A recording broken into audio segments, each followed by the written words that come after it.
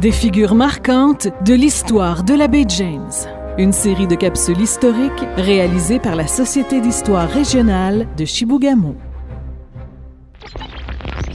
Peter Mackenzie, les splendeurs du lac Chibougamau.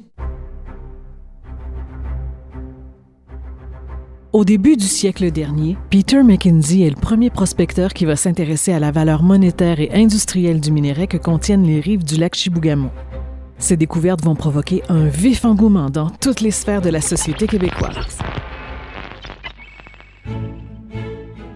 Peter Mackenzie vient au monde à Lévis le 1er août 1850. D'abord bûcheron à 21 ans, il devient ensuite négociant de bois. À 26 ans, il épouse Bridget O'Malley à Lévis et ensemble, ils fondent leur famille de 7 enfants. Au tournant du siècle, Peter Mackenzie est négociant de fourrure indépendant sous la Mackenzie Trading Company et il occupe le poste de traite du lac Ashuapmushuan. Suite à sa lecture du rapport de la Commission géologique du Canada de 1870, il décide, en 1903, de partir à la recherche de minerais autour du lac Chibougamau. En juillet 1904, la qualité des échantillons qu'il rapporte à Québec suscite un tel intérêt que l'ingénieur des mines du gouvernement, Joseph Obalski, est autorisé à se rendre avec lui au lac Chibougamau pour en faire une évaluation officielle. Suite au rapport favorable d'Obalski, Mackenzie fonde une compagnie pour préparer l'exploitation d'une mine. La nouvelle fait grand bruit dans les journaux. À partir de là, malgré l'éloignement du site, une véritable ruée de prospecteurs, d'ingénieurs et de mineurs s'organise. Seront envoyés tour à tour par le gouvernement ou pour des comptes privés, des géologues réputés qui caractériseront et établiront la valeur des différents minerais présents dans la région, dont notamment l'or, le cuivre et l'amiante. Mackenzie est de toutes les expéditions importantes organisées par le gouvernement.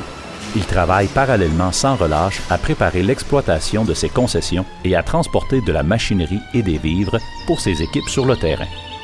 Ce voyage dans une forêt très dense entre Saint-Félicien et le lac Chibougamau est extrêmement difficile. L'été, les hommes empruntent un parcours de canaux d'une 50aine de portages. En 1905, le gouvernement confie à Mackenzie la construction d'un chemin d'hiver pour faciliter les approvisionnements qui pourront se faire, dorénavant, à l'aide de traîneaux à chiens et de chevaux. Le 2 février 1907, Peter Mackenzie met sur pied la Great Northern Goldfields, qui rend accessible au grand public 2 millions de dollars en actions. À peine 6 mois suivant l'émission des actions, contre toute attente, Peter Mackenzie est éclaboussé par une virulente querelle politique.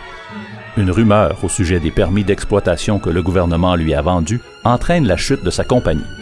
Le 7 février 1908, un jugement de la Cour ordonne la liquidation de la Great Northern Goldfields. En 1910, la Commission géologique de Chibougamau statuera qu'il est trop tôt pour la construction d'une voie ferrée. Par la suite, on n'entendra plus parler de lui dans les journaux. En juillet 1914, la Première Guerre mondiale éclate et les activités minières sont complètement arrêtées dans la région. Peter Mackenzie décède à Montréal le 20 décembre 1930 à l'âge de 80 ans. 4 de ses fils poursuivront toutefois son rêve en s'impliquant de près ou de loin dans le développement minier de Chibougamau.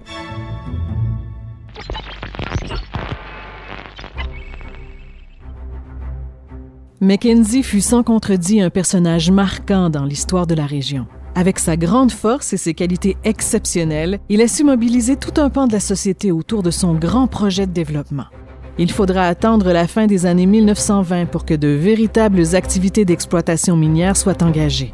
Pour sa part, la ville de Chibougamau sera fondée en 1952, 50 ans après la première découverte faite par Peter Mackenzie.